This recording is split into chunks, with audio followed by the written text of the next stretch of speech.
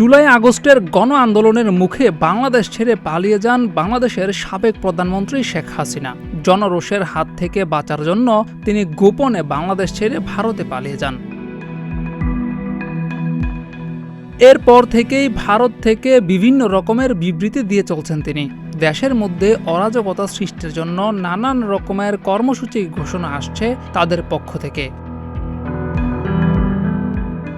শেখ হাসিনা পালিয়ে যাওয়ার পর বা ক্ষমতাচ্যুত হওয়ার পর প্রধান অভিযোগ ছিল যুক্তরাষ্ট্রের বিপক্ষে। যুক্তরাষ্ট্রের ইন্ধনেই নাকি বাংলাদেশে এই গণ আন্দোলন হয়েছে এবং তাদের জন্যই শেখ হাসিনাকে ক্ষমতাচ্যুত হতে হয়েছে বলে অভিযোগ এনেছিল আওয়ামী লীগ। বিষয়টি কতটা সত্য?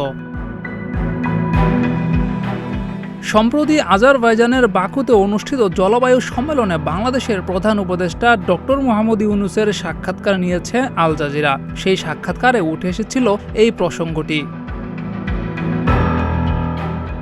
শেখ হাসিনাকে ক্ষমতাচ্যুত করার পেছনে যুক্তরাষ্ট্রের ভূমিকা রয়েছে, যা বাইডেন প্রশাসন অস্বীকার করেছে। এই বিষয়ে ইউনূসের ভাষ্য জানতে চেয়েছিল আল জাজিরা। সেখানে ডক্টর মোহাম্মদ ইউনূস বলেন, আপনি যদি বাংলাদেশে থাকেন তাহলে আপনি এই ধরনের তত্ত্বের জন্য পাগল হয়ে যাবেন।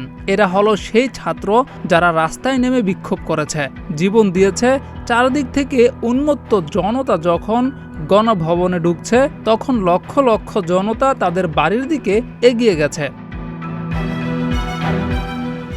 শেখ হাসিনার পরিবার তখন বলেছিল এবার পালানোর সময় হয়েছে, কারণ তা না হলে জনতা পুরো বাড়িটা দখল করে নেবে। তখন শেখ হাসিনা সেনাবাহিনীকে অনুরোধ জানান তাকে দেশের বাইরে যেতে সাহায্য করার জন্য এবং দেশ ত্যাগ করে ভারতে যেতে সহায়তা করে সেনাবাহিনী। কিভাবে ক্ষমতাচ্যুত হতে হয়েছিল এটাই হচ্ছে তার প্রকৃত ঘটনা। সেনাবাহিনী বা কাউকে পাঠানোর বিষয়ে কোনো নির্দেশ দেওয়া হয়নি। ব্যাপারটা এরকম কিছুই নয়। এটি একটি ছাত্র আন্দোলন এবং দেশের সব মানুষ এর সঙ্গে সম্পৃক্ত ছিল। জিয়াউর রহমান, প্রতিদিনের বাংলাদেশ।